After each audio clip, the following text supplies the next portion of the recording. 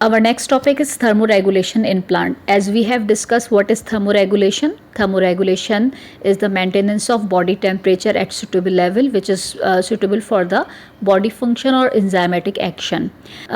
Plant behave in different style at different temperature to maintain the body temperature.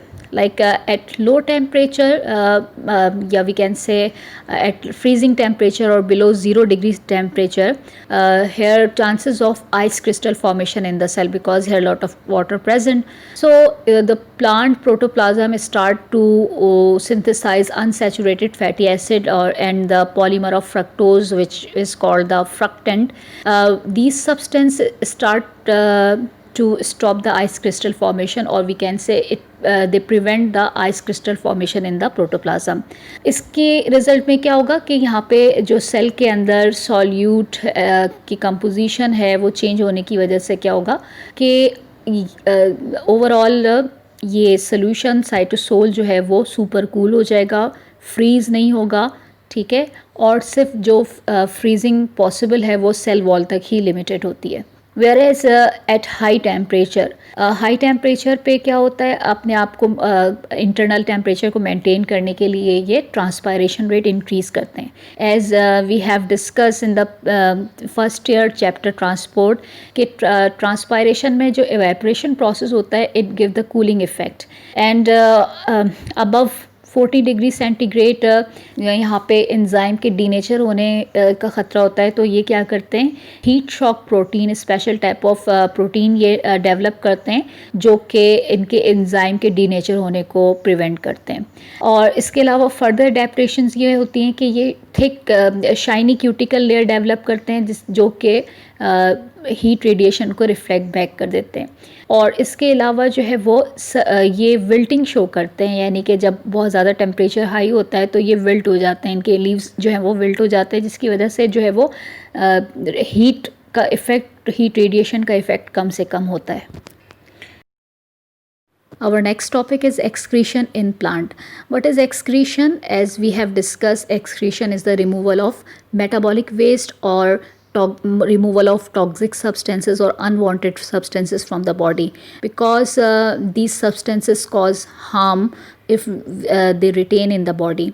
If we talk about the excretion in plant, here because the metabolic activities and other kind of activities in the plant as compared to the animal are very low, वो move नहीं करते, दूसरे functions भी just like animal इतने fast नहीं होते, इतने complicated नहीं होते प्लांट्स.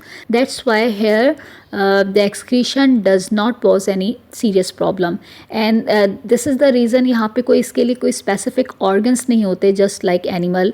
लाइक एनिमल में किडनी होती है या और दूसरे लोअर ऑर्गेनिज्म में स्पेसिफिक ऑर्गन होते हैं. प्लांट में ऐसा जिसमें कोई ऑर्गन नहीं होता. एंड यहाँ पे हाईली टॉक्सिक सब्सटेंसेस भी मेटाबॉलिक वेस्ट के तौर पे जनरेट नहीं होते और वो रिलीज़ भी नहीं होते, यानी कि plant does not excrete nitrogenous waste like the animal. ठीक है, यहाँ पे जो एक्सक्रीटरी मटेरियल्स होते हैं या मेटाबॉलिक वेस्ट प्लांट के होते हैं वो वाटर हो सकता है, carbon dioxide, oxygen and certain ions और minerals like sodium, potassium and other except the nitrogen containing ions और सब्सटेंसेस. तो अब डिस्कस करते हैं कि किस तरह से ये प्लांट बॉडी से रिमूव आउट होते हैं. First of all, removal of water. Water की रिमूवल प्लांट से दो तरह से हो सकती है, by the transpiration and by guttation process.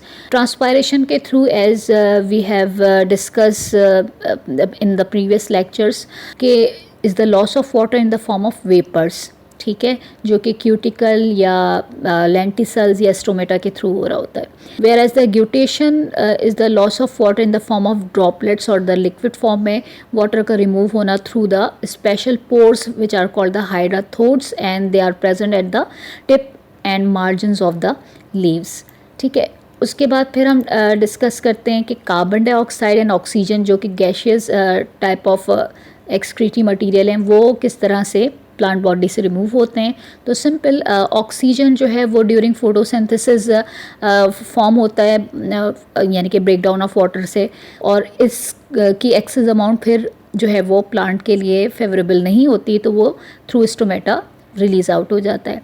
Same as during respiration carbon dioxide release होती है, ठीक है, और यानी कि फॉर्म होती है, तो कार्बन डाइऑक्साइड जो रिलीज़ होगी वो भी स्टोमेटा के थ्रू होगी, राइट। यूजली आप ये कहते हैं कि डे टाइम में क्योंकि फोटोसिंथेसिस ज़्यादा होती है तो ऑक्सीजन वो रिलीज़ करते हैं, ऑल्दो कि इस टाइम में रिस्पायरेशन भी चल रही होती है। एंड ड्यूरिंग नाइट टाइम क्योंकि सिर्फ रिस्पायरेशन का प्रोसेस हो रहा होता है, तो इस वजह से कार्बन डाइऑक्साइड जो है वो नाइट टाइम में रिलीज़ होती है।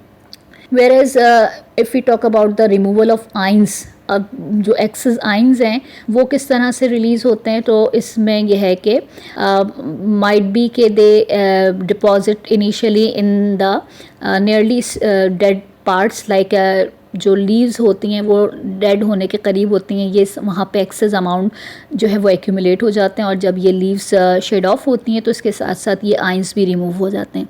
दूसरा, इन हायर प्लांट्स जो ट्री लाइक प्लांट्स होते हैं उनमें ये एक्सेस जो आइंस होते हैं वो इनके हार्टवुड रीजन, जो सेंट्रल रीजन होता है, ओल्डर रीजन, वहाँ पे ये डिपॉजिट हो जाते हैं इन द जाइलम वेजल्स, उनको ब्लॉक कर देते हैं, ठीक है, या फिर इनके बार्क पार्ट में जो है, यानी कि these are the dead parts, वहाँ पे ये डिपॉजिट हो जाते हैं, और इस तरह से जो है वो अदर जो लिविंग पार्ट है उससे ये आइसोलेट हो जाते हैं और प्लांट बॉडी को कोई नुकसान नहीं पहुँचता।